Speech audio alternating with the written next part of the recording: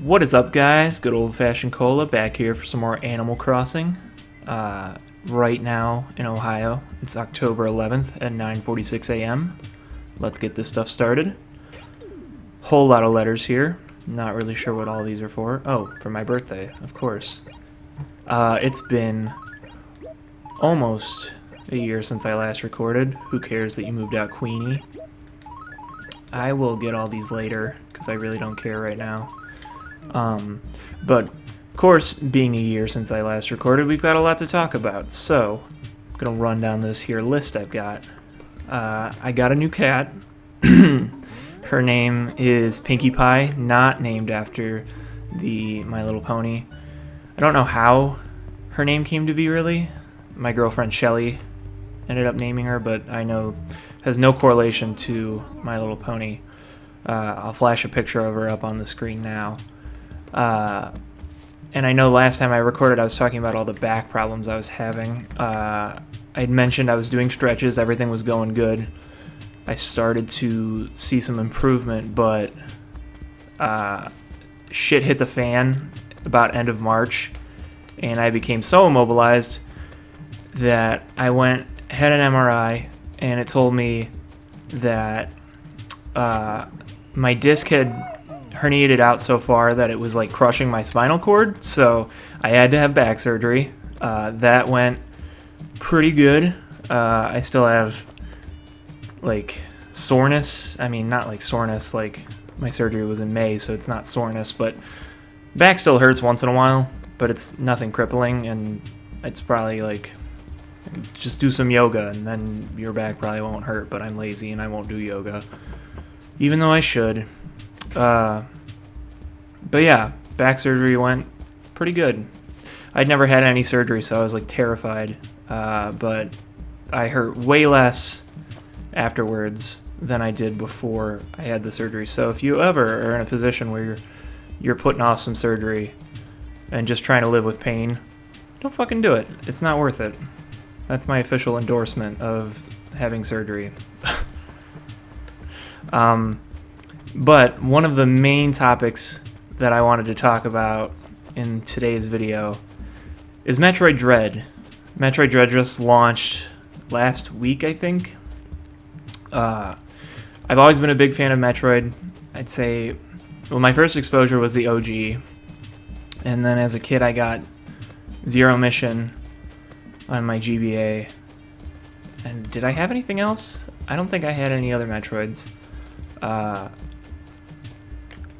I want to say that I talked about how when COVID first happened and everything shut down, I wasn't working, my work closed, so I had a lot of time on my hands, so I played Super Metroid. I went through it finally and beat it, and it was one of the best games I ever played. So if you haven't played Super Metroid, I highly suggest you give that a go. It's super accessible to find. I know a lot of Nintendo games are hard to get a hold of, but Super Metroid's on pretty much every Nintendo platform. I know it's on the Wii U eShop, the 3DS eShop. It's on Nintendo Switch Online, like the games that they give you. But Metroid Dread, that's what we have to talk about today. God damn, I'm a hoarder. Metroid Dread. Holy shit, this game is so much fun. I haven't had this much fun playing a video game, or like a Nintendo game, in a while. Like, I have been up every night until like 4 in the morning playing Metroid Dread, and I haven't done that with a video game in such a long time, other than like 2K, just because I'm like totally sucked into the, like, I don't want to call it like gambling mechanics, but 2K pretty much might as well be basketball, the gambling game. I don't know. It's got a really addictive. They know what they're doing in terms of keeping players hooked. But Metroid Dread has me hooked for all the right reasons. In the case that it's fucking fun and it's fucking hard. Like, a lot of Nintendo games, I don't get them, or like I buy them and then I never play them because it's just like you play a Kirby game and it's like an easy breezy stroll through the whole fucking game. And then Mario, I'm just so bad at platformers, I never make it far enough into the 2D Marios, I should say. Usually 3D Marios I'm pretty good at. Odyssey was one of them where I couldn't put the thing down. It was so much fun. Sunshine's one of my favorite games of all time, even though going back with the 3D All-Stars collection, I see how just terribly broken it is. If I can download the video I have of this glitch I ran into, I will splice it with this video. Let me write that down so I don't forget to do that, because it needs to be shown. Sunshine glitch. Okay. Back to business. But Metroid Dread, if you're on the fence about getting it, definitely just pull the trigger. Unless, if you're not looking for a challenge, it's not like Dark Souls hard, but it's gonna push you. Like, typically, at least when I played Super Metroid and when I played Zero Mission, Kraid was a fucking pushover. This time, it took me like 10 to 12 tries to beat Kraid. It was pretty ridiculous. But aside from Metroid Dread, during the time that I was laid up with my back, this was even before surgery, I still had to complete my schoolwork, which I did do. I graduated with my bachelor's in history and Asian studies. So then I was able to use that, and I finally got a new job. I start on the 25th at a new library system. I'll be a reference librarian. I'm going to have to run programs and stuff. Part of my interview process with the new system was I'm going to have to read to little kids for story time, because at this library everybody does a little bit of everything. There's not like one adult librarian, teen librarian, children's librarian, which I'm cool with. I don't mind that at all. But part of my interview was reading a picture book to the people that were interviewing me, and I really ran with it, put on voices and everything, because I mean, if I was reading to a kid, I wouldn't read it all dry like Henry Kissinger reading to a bunch of kids. Shouts to anybody that knows who Henry Kissinger is. That's just like the first dull, boring voice that pops in my head when I think of dull, boring voices. But I guess they really, really liked me, and I ended up taking the leap of faith, even though I've been at my job almost 6 years. So leaving the stability and comfortability of something like that really stresses me the fuck out. But I just said, fuck it, you got to do it. This is a good opportunity, you got to take it. So hopefully everything goes well there. Aside from that, I just recently went to the Cavs preseason home opener. I got to see, I think everybody played that night. Who didn't play? I feel like somebody didn't.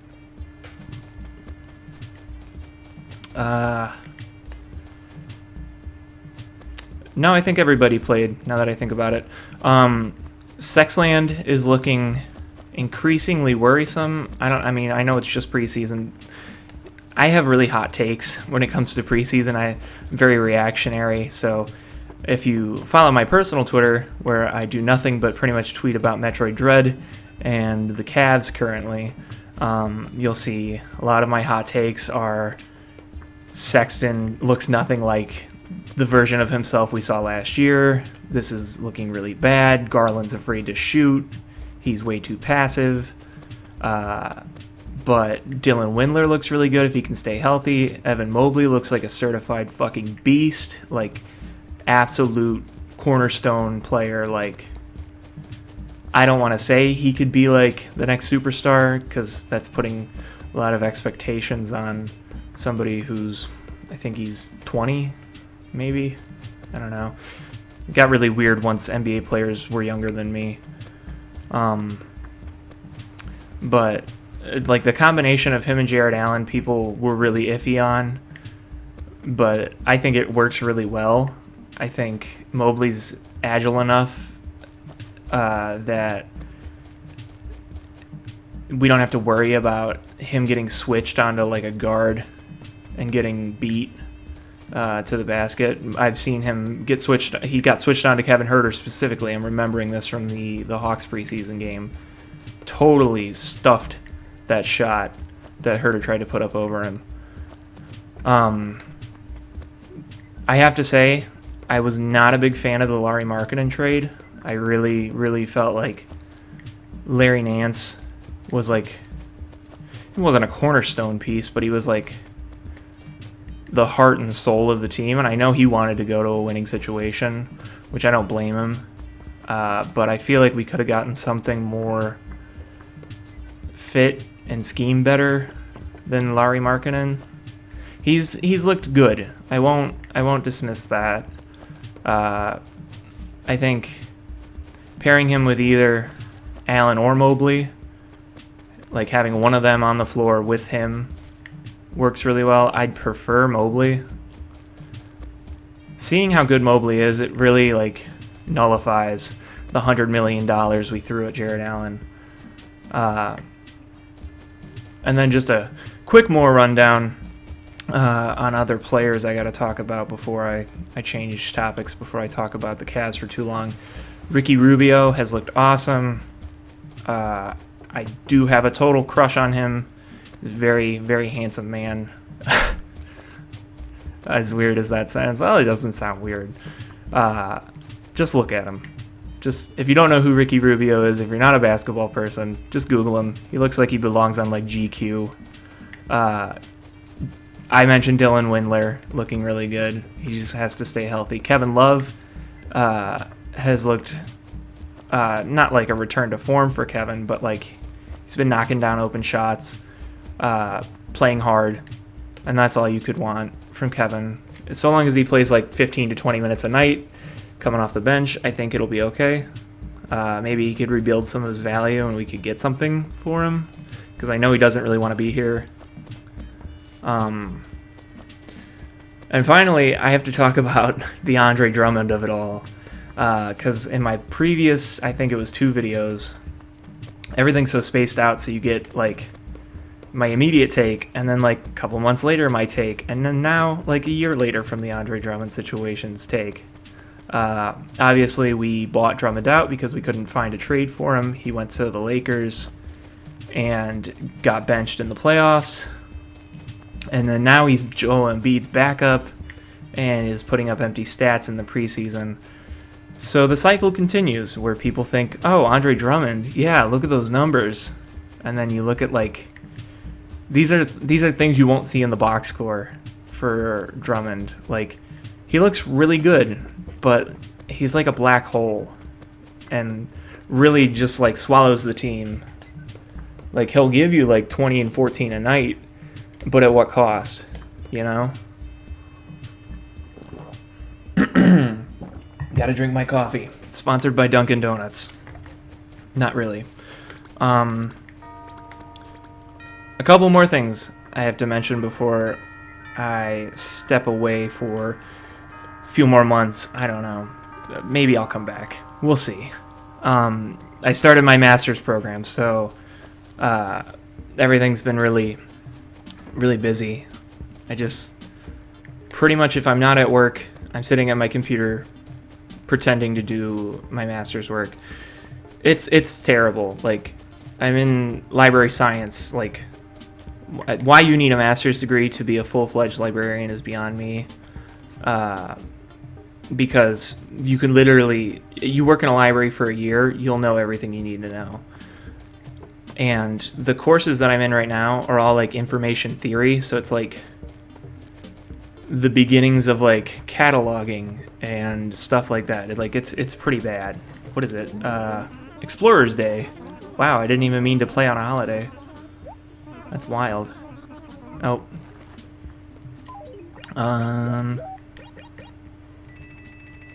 Alright, give me it.